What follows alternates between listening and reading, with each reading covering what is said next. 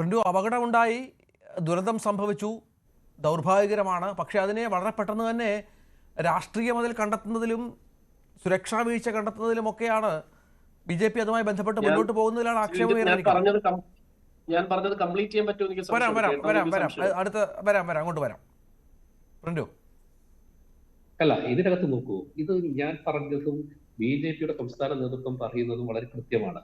ഇപ്പോൾ സർക്കാർ സംവിധാനത്തിന്റെ ഒഫീഷ്യൽ ആയിട്ടുള്ള സംവിധാനത്തിന്റെ ഭാഗമായിട്ടാണ് ഈ പരിപാടി നിയന്ത്രിക്കുന്നതെങ്കിൽ അത് മുഖ്യമന്ത്രിയാണല്ലോ വരേണ്ടത്. മുഖ്യമന്ത്രിക്ക് പകരം ഓൾ ഇൻ ഓൾ ആയിട്ട് എല്ലാ കാര്യങ്ങളിലും, ഇപ്പൊ വിമാനത്താവളം മുതൽ വിധാൻസൗധ ടു സ്റ്റേഡിയം, ഇവിടെയൊക്കെ കാണുന്നത് ഒരു വൺ മാൻ ഷോ ആണ്. എനിക്കൊന്ന് സിദ്ധരാമയ്യ പോലും അതിന് മൗനാനുവാദം കൊടുത്തുപോയതായിരിക്കും കേന്ദ്ര സമ്മർദ്ദത്തിന് വഴങ്ങിയെന്നാണ് ഞാൻ പറയുന്നത്. അത് പറഞ്ഞത് അദ്ദേഹത്തിന്റെ രാഷ്ട്രീയം തന്നെയാണ്. ഈ പോപ്പുലാരിറ്റിയെ, അവിടെ കിട്ടുന്ന വ്യക്തികളുടെ വൈകാരികമായ ഒരു മാനസികാവസ്ഥയെ നമ്മൾ മനസ്സിലാക്കേണ്ടത്. ഈ സ്പോർട്സ് പോലെയുള്ള വിക്ടറികൾ ഉണ്ടാവുന്ന സമയത്ത് ജനങ്ങൾ വൈകാരികമായിട്ടുള്ള ഒരു മാനസികാവസ്ഥയിൽ തന്നെയാണ് എല്ലായിടത്തും ഉണ്ടാവുക. അത് ഇന്ത്യ മുഴുവൻ അങ്ങനെയുണ്ടാകും. പ്രേക്ഷകരായിട്ടുള്ള ആളുകൾ സ്വാഭാവികമായിട്ട് വിരാട് കോഹ്ലിയെ പോലെ ഒരാൾക്ക് കൊടുക്കാവുന്ന വലിയൊരു യാത്രയായിപ്പാണ്. ഇപ്പൊ 12 മണിക്ക് ശേഷമാണ് ഇത്തരത്തിലുള്ള വിക്ടറിനെ പോലും പ്രഖ്യാപിക്കുന്നത്. അവിടെ അറിഞ്ഞും അറിയാതെയും വന്ന ആളുകൾ ഇഷ്ടം പോലെ ഉണ്ടാകാം. അപ്പൊ സ്വാഭാവികമായിട്ട് വിരാട് കോഹ്ലിക്ക് കൊടുക്കാവുന്ന ഒരു വലിയൊരു യാത്രയെ പോലെ ജനങ്ങൾ അതിനെ കാണും. ജനങ്ങൾ അവിടെ തള്ളി കയറും. അദ്ദേഹത്തിന് ഒരു നോക്കുകാരന് വേണ്ടി അവിടെ ഉണ്ടാകും. ഇതിന് സർക്കാർ സംവിധാനങ്ങൾ ഇങ്ങനെ ഒരു പ്രത്യേക രീതിയിലുള്ള ജനങ്ങളുടെ മാനസികാവസ്ഥ അനുസരിച്ച് ക്രമസമാധാന പാലനം പാലിക്കാതെ അതിന് വിട്ടുകൊടുക്കുന്നത് ദുരന്തങ്ങൾ വരുത്തിയിരിക്കുകയാണ്. അതിന് നമ്മൾ വിമർശിക്കണ്ടേ? അല്ലെങ്കിൽ എന്താണ് ഉണ്ടാവുക? ആൾക്കൂട്ടം എന്ന് പറയുന്നത് സ്വാഭാവികമായി നിയന്ത്രണമില്ലാത്ത സംവിധാനമാണ്. അത് എവിടെയായിരുന്നാലും, അത് പൂരമായിക്കോട്ടെ, ഉത്സവമായിക്കോട്ടെ, രാഷ്ട്രമായിക്കോട്ടെ, പലപ്പോഴും നമ്മുടെ കേരളത്തിലകത്ത് ചില സെലിബ്രിറ്റികളെ കാണാൻ വേണ്ടി വരുന്ന 10,000-കണക്കിന് ലക്ഷക്കണക്കിന് ആളുകളുണ്ട്. ജനങ്ങൾ പ്രത്യേക ഒരു മാനസികാവസ്ഥയിലാണ് പ്രത്യേകിച്ച് ഇപ്പോൾ ജീവിക്കുന്നത്. അപ്പൊ സ്വാഭാവികമായിട്ട് തള്ളിക്കയറ്റം ഉണ്ടാകും. ആ തള്ളിക്കയറ്റത്തെ മുൻകൂട്ടി കാണാനുള്ള ക്രാന്തദർശികളായിട്ടുള്ള ഭരണ നേതൃത്വം ഇല്ലെങ്കിൽ അത് ഭരണപരാജയം എന്നല്ല പറയേണ്ടത്. അത് ജനങ്ങളുടെ മാനസികാവസ്ഥയ്ക്ക് അനുസരിച്ച് ജനക്കൂട്ടത്തെ കുംഭമേളക്ക്, ഇന്ത്യയിലെ കുംഭമേളയ്ക്ക് അപകടം ഉണ്ടായ ആൾക്കാർ മരണപ്പെട്ടിട്ടുണ്ട് BJP ഭരിക്കുന്ന സംസ്ഥാനത്ത്. ഇതേ അഭിപ്രായം ഒന്ന് പറയൂ. ആ സമയത്ത് പറഞ്ഞിരുന്നു. അല്ല, നിങ്ങൾ കുംഭമേളയിൽ വന്ന ജനങ്ങൾ, അവിടെ കോടിക്കണക്കിന് ജനങ്ങൾ സ്വാഭാവികമായിട്ട് അഹിതം സംഭവിച്ചിട്ടുണ്ട്. അത് സംശയവുമില്ല.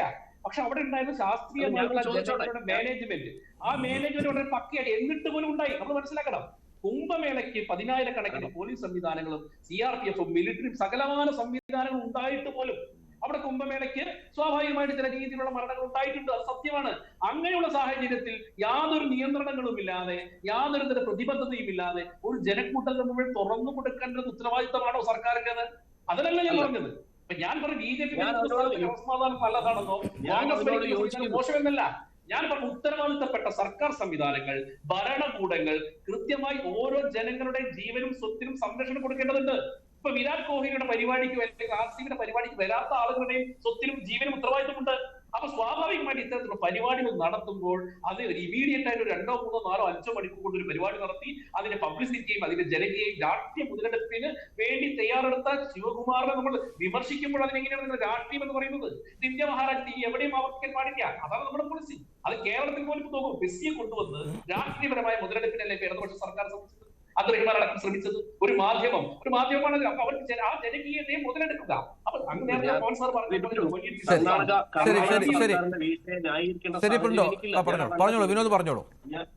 കർണാടക സർക്കാരിന്റെ ഭാഗത്തുള്ള വീഴ്ചയാണ് നമ്മൾ എല്ലാവരും സമ്മതിക്കുന്ന കാര്യമാണ്. പോലീസിന്റെ വീഴ്ചയാണ്, അത് സമ്മതിക്കുന്നു. നമുക്ക് ന്യായീകരിക്കാൻ ഒരിക്കലും കഴിയും. ഇതിന് എന്ത് അക്കൗണ്ടബിലിറ്റി ഉള്ളത്? നമ്മുടെ എത്ര ഉദാഹരണങ്ങൾ എനിക്കറിയാം. തട്ടേക്കാട് ബോട്ടാവളം നടന്നിട്ട് എത്ര വർഷം കഴിഞ്ഞു, ഇപ്പോഴും അതിന്റെ ജുഡീഷ്യൽ കമ്മീഷൻ റിപ്പോർട്ട് പോലും പ്രസിദ്ധീകരിക്കപ്പെട്ടതായിട്ട് എന്റെ അറിവിലില്ല. കുറ്റിങ്ങൽ ക്ഷേത്രത്തിൽ വലിയ എത്രയോ പേര് മരണപ്പെട്ടു. കൊല്ലത്താണ് അതിന്റെ ട്രയൽ നടക്കുന്നത്. ഇപ്പോഴും അതിന്റെ ട്രയൽ പോലും നടന്നിട്ടില്ല. കുറ്റിങ്ങൽ ക്ഷേത്രവുമായി നടന്ന അപകടത്തിൽ പ്രതികളെ ശിക്ഷിക്കുന്നതിന് വേണ്ടി സ്പെഷ്യൽ കോടതി വന്നു. എത്ര വർഷം കഴിഞ്ഞു, ഇപ്പോഴും ആ വിക്ടിംസിന് വീട് കിട്ടാത്തവരുണ്ട്, അവർക്ക് അതിന്റെ നഷ്ടപരിഹാരം കിട്ടാത്തവരുണ്ട്. ഈ പ്രതികൾക്കൊന്നും ഇതുവരെ ശിക്ഷ ഉണ്ടായിട്ടില്ല. ട്രയൽ നടന്നാൽ, ഇപ്പം സ്പെഷ്യൽ പ്രോസിക്യൂട്ടറെ വെച്ച് ട്രയൽ നടന്നാൽ പോലും അതും ശിക്ഷിക്കാൻ പോകുന്നില്ല. നമ്മുടെ രാഷ്ട്രീയ സംവിധാനത്തിനും ഈ പറയുന്ന ഭരണ സംവിധാനത്തിനൊന്നും ജനങ്ങളോട് യാതൊരു അക്കൗണ്ടബിലിറ്റി ഇല്ല എന്ന് ഞാൻ സമ്മതിക്കുന്ന ആളാണ്. അവിടെയാണ് ഞാൻ പ്രിന്റോട് ചോദിച്ചൊരു ചോദ്യം. രാഷ്ട്രീയത്തിനുപരിയായി ഈ വിഷയത്തിൽ ഒരു ചേഞ്ച് ഉണ്ടാവാൻ വേണ്ടി നമുക്ക് അഭിപ്രായങ്ങൾ പറയേണ്ടതായിട്ടില്ല. എന്ത് സംഭവിച്ചാലും ഉടനെ അതിന് പൊളിറ്റിക്സ് കലർത്തുന്നത് ശരിയാണോ? ഞാൻ അതുകൊണ്ട് ആ തുടക്കത്തിൽ ചോദിച്ചത്. അതുകൊണ്ടാണ് ഞാൻ ചോദിച്ചത്. പുൽവാമ ആക്രമണത്തെ പറ്റി, അതിന്റെ സൂത്രധാരെ പറ്റി, അതിലുണ്ടായ സുരക്ഷാ വീഴ്ചയെ പറ്റി BJP പറയുന്നുണ്ടോ? പെഹൽഗാമിലെ അവസാനത്തെ ആക്രമണത്തെ പറ്റി, അവിടെയുള്ള സുരക്ഷാ വീഴ്ചയെ പറ്റി മറുപടി പറയുന്നുണ്ടോ? അത് ചോദിക്കുമ്പോൾ അതുകൊണ്ട് ഞാൻ പൊളിറ്റിക്സ് അമിതമായി ചർച്ചയിൽ പറഞ്ഞപ്പോഴാണ് ഞാൻ ചോദിച്ചത്, എല്ലാത്തിനും പൊളിറ്റിക്സ് പറയുമ്പോൾ തിരിച്ച് ഈ ചോദ്യം ചോദിക്കുമ്പോൾ നീ രാജ്യദ്രോഹിയാണ്, ദേശസ്നേഹമില്ലാത്തതാണെന്ന് പറയരുതെന്ന് പറയാൻ വേണ്ടിയാണ് ഞാൻ ഈ വിഷയം ഉന്നയിച്ചത്. അത്ര മാത്രമേ ഉള്ളൂ. പ്രിന്റോ മറുപടി? അല്ല, ഈ പഹൽഗാം ആക്രമണത്തെയും ഈ ഇതിനെ രണ്ടിനും എങ്ങനെയാണ് അദ്ദേഹത്തിന് ബന്ധിപ്പിക്കാൻ പറ്റുന്നത് എനിക്ക് മനസ്സിലാവുന്നില്ല. സുരക്ഷാ വീഴ്ചയാണിത്. ഞാൻ പറഞ്ഞു അവിടെ ബോധപൂർവ്വം ഏതെങ്കിലും ഇത് കൊടുക്കാൻ വേണ്ടി സർക്കാർ ഇട്ട് കൊടുത്താണ് പഹൽഗാമില്?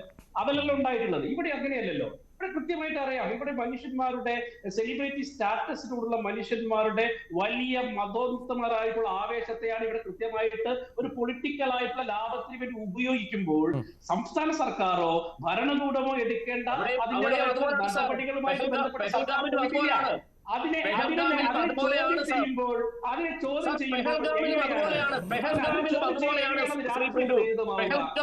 ജനങ്ങൾ വിനോദസഞ്ചാരം ചോദ്യം ചോദിക്കും.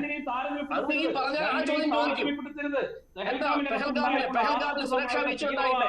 വിനോദയാത്രയെ എനിക്ക് മനസ്സിലാവുന്നില്ല. നമ്മൾ മനസ്സിലാക്കേണ്ടത് അത് ഏത് ഭരണകൂടമായിരുന്നാലും ശരി, അത് നരേന്ദ്രമോദിയുടെ ഭരണകൂടമായാലും ശരി, ശിവകുമാറിന്റെ ഭരണകൂടം, പിണറായി വിജയന്റെ ഭരണകൂടമായാലും ശരി, ജനങ്ങളുടെ സ്വത്തിനും ജീവനും അതിന്റെ ഉത്തരവാദിത്വം അവിടുത്തെ സർക്കാർ സംവിധാനങ്ങൾക്കുണ്ട്. അതുകൊണ്ടാണല്ലോ പൊളിറ്റിക്കൽ പാർട്ടികളുടെ ആഘോഷങ്ങളും പ്രകടനങ്ങളും ഒക്കെ കേരളത്തിൽ നടക്കാറുണ്ട്, ഈ ഓൾ ഓവർ ഇന്ത്യയിൽ നടക്കാറുണ്ട്. അവിടെ കൃത്യമായി ക്രമസമാധാനം പാലിക്കും, സ്വാഭാവികമായിട്ട് ഉത്സവങ്ങൾ നടക്കാറുണ്ട്. അതിനൊന്നുമുള്ള ചട്ടങ്ങൾ പോലീസ് സംവിധാനത്തെ മുഴുവൻ